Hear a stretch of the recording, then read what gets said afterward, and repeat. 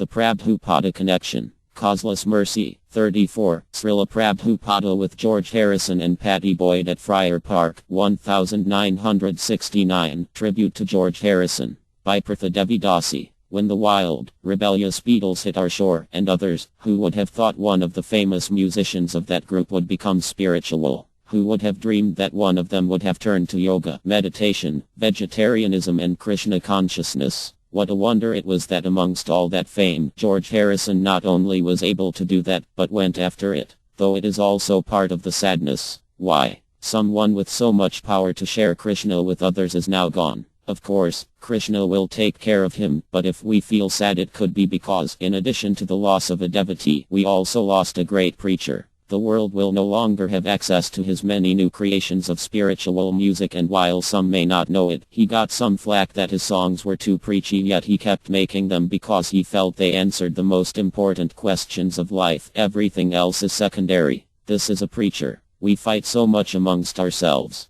Politics, politics. George Harrison knew what he was talking about when he wrote songs stating we should learn to love one another. Isn't it a pity, for example? George often spoke of love and peace, but we may have only connected it to a previous era of our youth. Whereas he, after reading Prabhupada's books, spoke of it in the higher sense of meaning these words held. For those who, for whatever reason, may be unfamiliar with even his devotional rock, and for those who know of it and would enjoy reading his spiritual and Krishna-conscious lyrics, a web search turned up a site with all of his lyrics. I am putting a bit throughout this article. Here are some words from Isn't It a Pity? Some things take so long, but how do I explain when not too many people can see we are all the same, and because of all their tears their eyes can't hope to see the beauty that surrounds them? Isn't it a pity? Isn't it a pity? Isn't it a shame how we break each other's hearts and cause each other pain? How we take each other's love without thinking anymore, forgetting to give back? Isn't it a pity? Another song George Harrison wrote, one which became very famous, was My Sweet Lord. Even a non-devotee, an acquaintance of his, commented, paraphrased here, because this song was so famous many people forget this was a devotional song.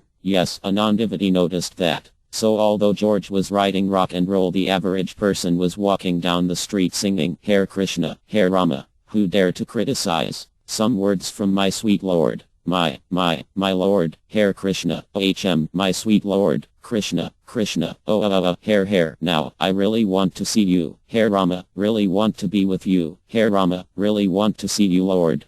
But it takes so long, my Lord, hallelujah, my Lord, hallelujah, my Lord, Hare Krishna, my sweet Lord, Hare Krishna, my sweet Lord, Krishna, my Lord, Hare, Guru Brahma, Guru Vishnu, Guru Devo, Maheshwara, my sweet Lord, Guru Sakshat, my sweet Lord, Parabrahma, my Lord. Tasmai Shri, my Lord, Guru Nama, my sweet Lord, Hare Rama. A few years ago, George created a remix of his tape CD All Things Must Pass. He viewed his career music in a spiritual manner. Here is an excerpt from a discussion about the, at that time soon to be released, remix. The point of My Sweet Lord is just to try and remind myself basically that there's more to life than the material world, Harrison said. Basically I think the planet is doomed, he said with a laugh. And it's my attempt to try to put a bit of a spin on the spiritual side, a reminder for myself and for anybody who's interested.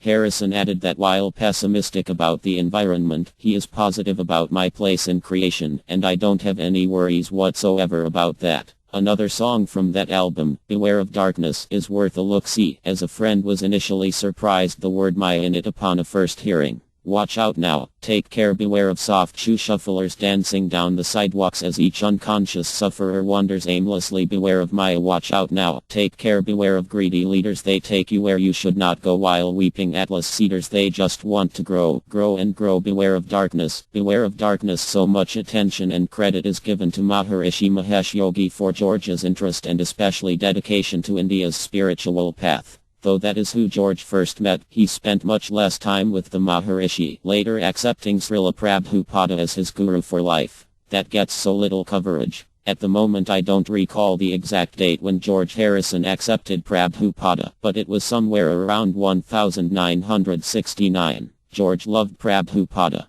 Srila Prabhupada asked young George Harrison if he would write the foreword to his Krishna book, Srimad Bhagavatam 10th Canto, told in story form. Of course George said yes, and here is an excerpt. Everybody is looking for Krishna. Some don't realize that they are, but they are. Krishna is God, the source of all that exists, the cause of all that is, was, or ever will be. As God is unlimited, he has many names. Allah, Buddha, Jehovah, Rama. All are Krishna, all are one. God is not abstract. He has both the impersonal and the personal aspects to his personality, which is supreme, eternal, blissful, and full of knowledge. As a single drop of water has the same qualities as an ocean of water, so has pure consciousness the qualities of God's consciousness, but through our identification and attachment with material energy, physical body, sense pleasures, material possessions, ego, etc., our true transcendental consciousness has been polluted, and like a dirty mirror it is unable to reflect a pure image. And let us not forget that in 1969 George produced the record tape CD, Radha Krishna Temple in Apple Studios. If you live near a temple, etc., you may recall that song some of you hear every single morning during greeting of the deities called the Govindam prayers. Yamuna Devi Dasi is singing them, George is playing guitar, and it is from the Radha Krishna Temple recording. George also donated financially for the entire first printing of Krishna book, as well as donated a temple to ISKCON in England.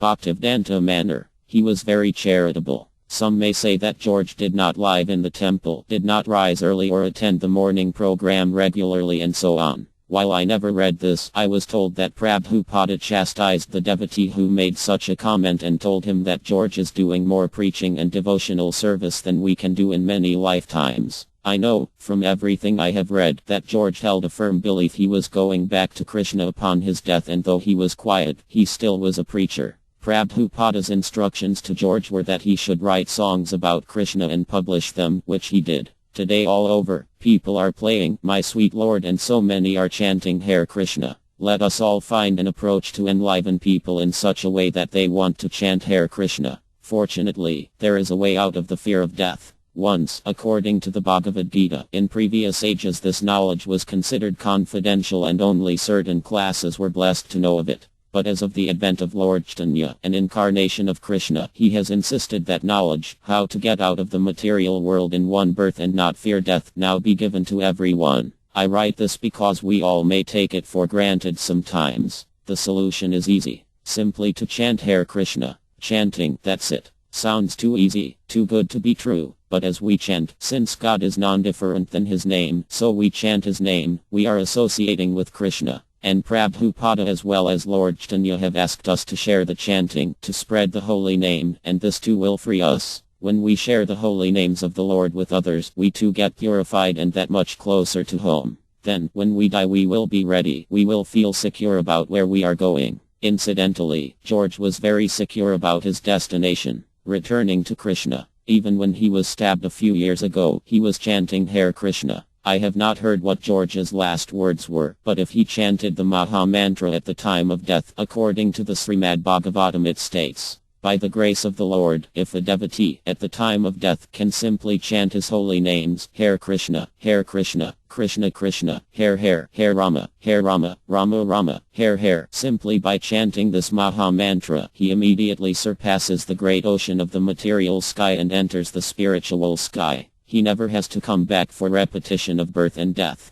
Simply by chanting the holy name of the Lord one can surpass the ocean of death. SP 4.10.30 Purport. Elsewhere in the Bhagavatam it is explained that even if one has trouble chanting the holy names at the time of death but tries, they are still given full benefit. I can't and won't speculate on where George Harrison is, and I hope no one else does. With that said, the outcome does looks good. For the soft-hearted, not the over-philosophical toughies, one way to deal with sad feelings about his death could go like this. George was experiencing his pain yesterday, therefore that would have been the time to feel bad for him, and since most didn't know, they couldn't, nor could anyone have helped or changed the outcome anyhow. The worst is over for George now. However, it's okay to feel sad for yourself or his family, even for the world without him and his spiritual music in it. Grieving for the loss of a devotee is natural, but please know that at this very moment George is fine. The pain of the brain tumor, gone. The pain of death, over. While we are all sitting here feeling sad, George has been freed of a broken body that wouldn't heal, moved on, and to a much higher spiritual level. We all will miss you, Sriman George, or is that Hari's son? Prabhupada once jokingly called him this, meaning son of Hari. You have left the world a little better than you found it. You have put the sound vibration of Hare Krishna all over the entire globe too, as Prabhupada instructed you to do. And you will continue to get credit for that. People will continue to come to the temple because of your music lyrics. May we all learn the lesson of kindness and getting along, isn't it a pity, which in turn can help us increase our Krishna consciousness. And may we use your passing, George, to inspire us to move forward in spreading the holy name of Lord Krishna, to share it with whomever we can, and therefore go back to home, back to Godhead. Harinama Sankirtana Ki Jai. It comes in many forms. Partha Devi Dasi, Editor, George Harrison and Srila Prabhupada website.